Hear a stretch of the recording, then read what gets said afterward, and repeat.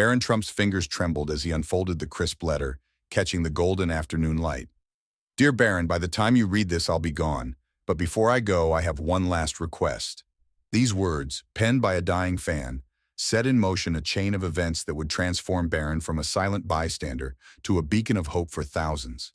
What was this fan's final wish? How would Barron navigate the challenges ahead? The answers lie in a story of unexpected connection and personal growth, where one voice ignites a spark that blazes into a movement, revealing the power of compassion to inspire change. The city's heartbeat pulsed through the towering penthouse. Barron Trump stood at the window, his reflection a ghostly outline against the New York City skyline. At 17, he was on the cusp of adulthood, yet his world remained insulated. Born into wealth and controversy, Barron's life was a dance of privilege and protection. The Trump name opened doors, but cast a long shadow. While his father's presidency thrust the family into the spotlight, Barron remained shielded from public view. His days unfolded in a gilded routine. Private tutors arrived each morning, their lessons tailored to his interests in technology and design. Afternoons were spent in the penthouse's computer lab, immersed in coding and 3D modeling. These pursuits offered escape from the weight of his family name, yet isolation lingered. Barron's peers were carefully vetted, his social circle limited. Secret Service agents shadowed his every move, a constant reminder of the barriers separating him from the world. Interactions with his father were sparse, often limited to formal dinners and public appearances.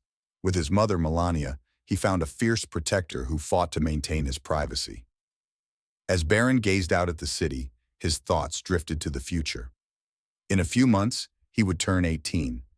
The world would be watching, waiting to see what path the youngest Trump would choose.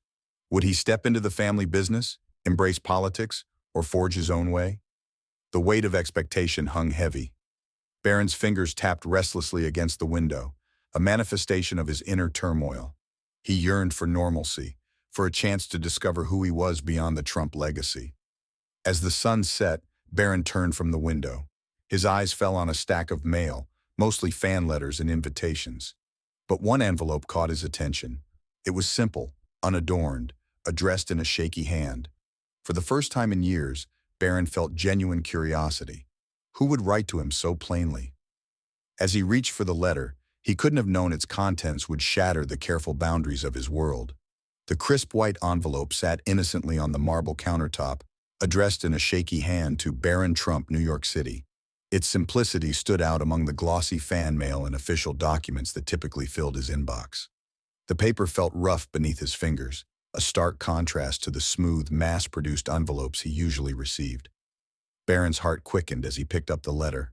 The return address caught his eye: St. Jude Children's Research Hospital, Memphis, Tennessee. This wasn't a fan seeking an autograph or a business proposition. It was something entirely different. With uncharacteristic eagerness, he broke the seal. The letter inside was handwritten on lined paper, the kind found in school notebooks. The words, slightly smudged in places, were carefully formed. As he read the first line, his breath caught in his throat. Dear Barron, my name is Sophie, and by the time you read this, I'll probably be gone. The world around him seemed to fade away. For a moment, he was transported back to a quiet afternoon years ago, when he'd overheard his father discussing a charity event for children with cancer.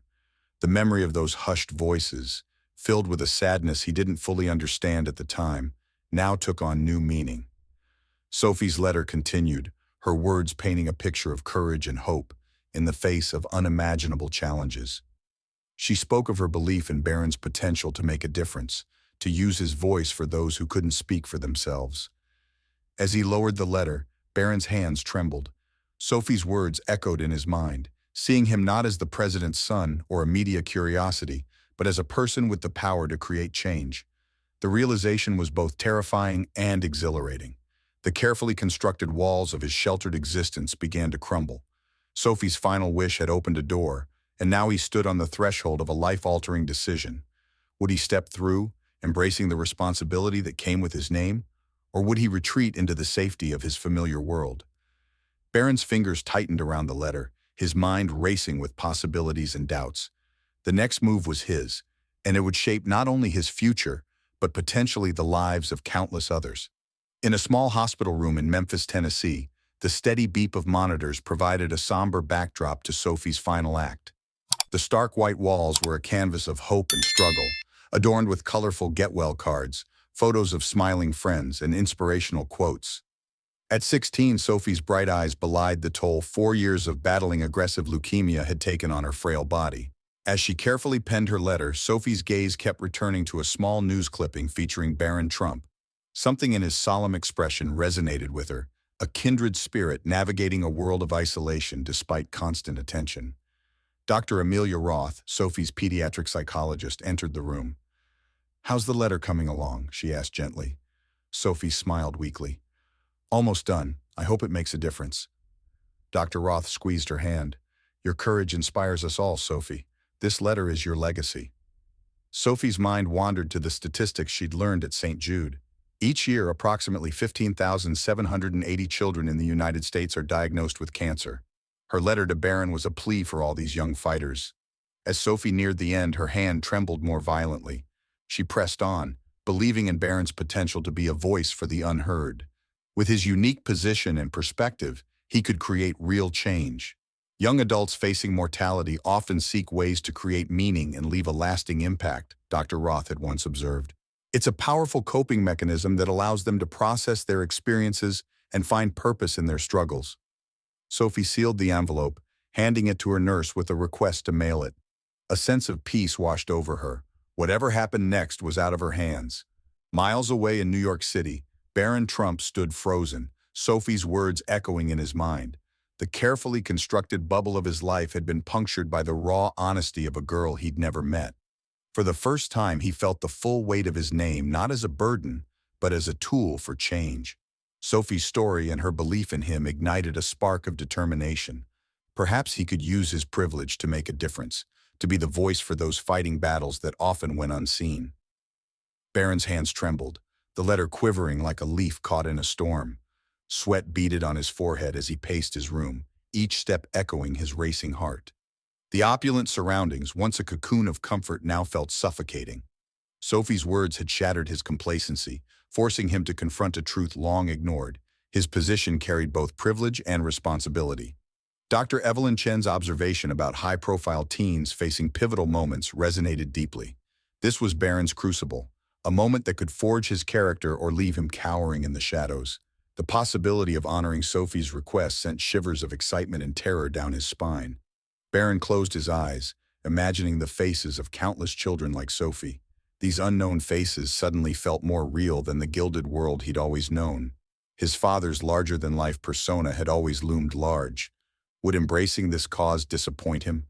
Or could it be Barron's chance to carve out his own identity? His mother's encouragement to be true to himself echoed in his memory. But what did authenticity mean when you've spent your life hiding? Barron's gaze locked onto his reflection. The boy staring back seemed different, older, more determined. He realized this decision would define him far more than his last name ever could. With a deep breath, Barron squared his shoulders. The path ahead was fraught with potential pitfalls and public scrutiny. But for the first time, he felt a sense of purpose that outweighed his fear. He needed to talk to his family, knowing their reaction was unpredictable. Barron's fingers traced the edges of Sophie's letter one last time. He set his jaw, a newfound resolve hardening his features. The challenges ahead were daunting, but he was ready to face them head-on. It was time to step out of the shadows and into the light of his own making. Whatever came next would change everything, not just for him, but for those who desperately needed a voice. The Trump Tower penthouse felt smaller than ever as Barron approached the living room, Sophie's letter tucked safely in his pocket. Donald sat rigid in his customary spot, phone gripped tightly. Melon. Aya perched on the sofa, her posture tense but eyes softening at Barron's entrance. Ivanka and Don Jr. stood in the corner, their whispered conversation dying as Barron entered. "I need to talk to you all," Barron said, his voice steady despite trembling hands. "Something's happened." The room fell silent. Donald set down his phone, a rarity that underscored the moment's gravity. As Barron recounted Sophie's story and her final wish, the family's reactions varied. Donald's face cycled through surprise, skepticism, and pride. Melania's eyes glistened, her hand finding Barron's. Ivanka leaned forward thoughtfully, while Don Jr. paced restlessly. "This is unexpected," Donald finally said. "You understand the implications, son?" Barron nodded. I do. There are kids out there fighting battles we can't imagine. They need someone to speak for them. Melania spoke next, her accent thickening. Barron, we've always protected you from the public eye. Are you sure you're ready for this attention? Ivanka broke the tension. Maybe the question is whether we're ready to support him in this. Don Jr. added, it's a risk, but it could be an opportunity to do real good. As they debated, old rivalries gave way to a shared purpose.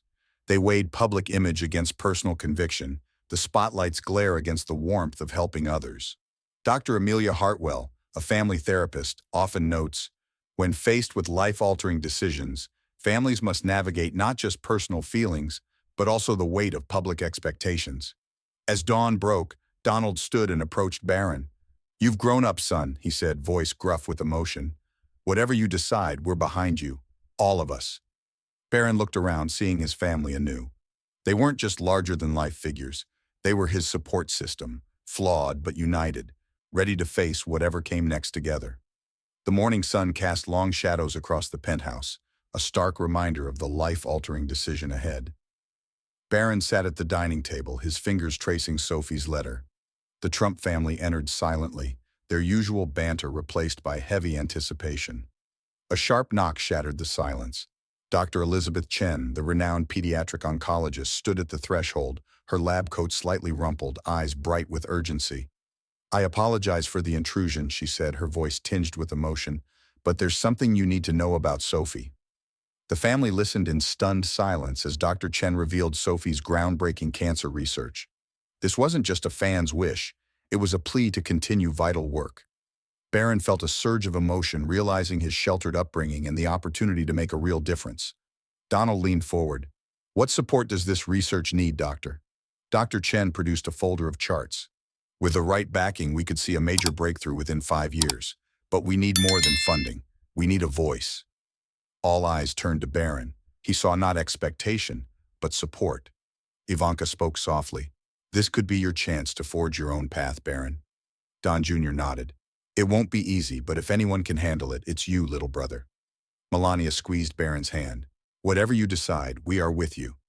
Barron stood, resolute. Dr. Chen, let's schedule a press conference. There's work to be done. As the room erupted in activity, Barron retreated to his room. He adjusted his tie, his reflection seeming older, more determined. He thought of Sophie and all the children fighting impossible battles. Stepping out, Barron felt a new sense of purpose. The challenges ahead were daunting, but he was ready to step into the spotlight. As he walked towards the waiting press, Barron knew his life would never be the same. The journey would be difficult, but the potential to change lives made every step worth taking. The sterile hospital room contrasted sharply with the glittering New York skyline visible through the window. Barron Trump sat hunched over research papers, his eyes scanning complex medical jargon as monitors beeped rhythmically. 3 months had passed since Sophie's letter changed his life, thrusting him into pediatric cancer research. The journey had been challenging. Barron's initial press conference was met with skepticism and accusations of a publicity stunt. Dr. Sarah Jennings, a nonprofit consultant, had warned him about the complex regulations, credibility building, and impact creation ahead. Barron found himself drowning in grant applications, financial reports, and medical terminology. Some nights, he questioned his ability to make a difference, Sophie's wish weighing heavily. His family's reaction was mixed. Donald saw potential publicity but worried about risks, while Melania supported her son's mission wholeheartedly. As time passed, Barron's perspective shifted. He met families battling childhood cancer, witnessing their struggles and hope firsthand. These experiences transformed his understanding of strength and resilience. A turning point came when Dr. Chen burst into Barron's office, revealing a potential new treatment avenue based on Sophie's research. This breakthrough could impact thousands of children, breathing new life into the Foundation's mission. As news spread, skepticism gave way to cautious optimism. Affected families rallied behind the Foundation, sharing their stories. Barron's growth was evident as he navigated interviews with newfound confidence, articulating the mission clearly. The road ahead remained challenging, but Barron now faced it with determination and a broad support network. Looking out at the city skyline, he felt a sense of purpose he had never known before. The grand ballroom of the Waldorf Astoria hummed with anticipation as New York's elite gathered for the annual Pediatric Cancer Research Gala. Crystal chandeliers cast a warm glow over the sea of tuxedos and evening gowns. As Barron Trump stepped onto the stage, a hush fell over the crowd. His fingers trembled slightly on the podium, but his voice rang out clear and strong. "1 year ago, I stood in a hospital room, holding a letter that would change my life forever," he began. The audience leaned in, captivated by the transformation of the once shy Trump scion. Gone was the reluctant public figure. In his place stood a passionate advocate, his eyes alight with purpose. Barron's words painted a vivid picture of the foundation's impact. He spoke of the 30% increase in funding for pediatric cancer research, 3 promising new drug trials, and a nationwide awareness campaign that had reached millions. Screens around the room displayed images of new research labs and smiling faces of children who had benefited from experimental treatments. As he spoke, a young girl in the front row caught his eye. Emma, just 7 years old, smiled up at him. Barron paused, his voice softening. Emma here was given months to live. Today, thanks to a trial we funded, she's cancer-free. The room hung on his every word as Barron detailed the Foundation's future plans, including a revolutionary data-sharing initiative between cancer centers across the country. But it was his reflection on his personal journey that truly captivated the audience. "When I received that letter from Sophie, I was terrified," he admitted. "Terrified of stepping out of my comfort zone, of facing the world's scrutiny. But Sophie's courage showed me that true strength lies in vulnerability, in opening ourselves up to the pain and joy of others." As he concluded his speech, Barron's transformation was evident to all. Where once he had spent his days in the gilded halls of Trump Tower, he now moved between hospital wards and research facilities. His calendar, once carefully managed to minimize public exposure, was now filled with speaking engagements and meetings with world-renowned oncologists. Barron stepped down from the podium, his heart full. He knew the road ahead was long, but he faced it with determination and a newfound sense of purpose. This was just the beginning of his journey to make a lasting impact on the world of pediatric cancer research. As the sun set on New York City, painting the skyline in golden hues, Barron Trump stood at the podium, his journey from sheltered sun to beacon of hope coming full circle. The crowd, touched by his foundation's work, hung on his every word.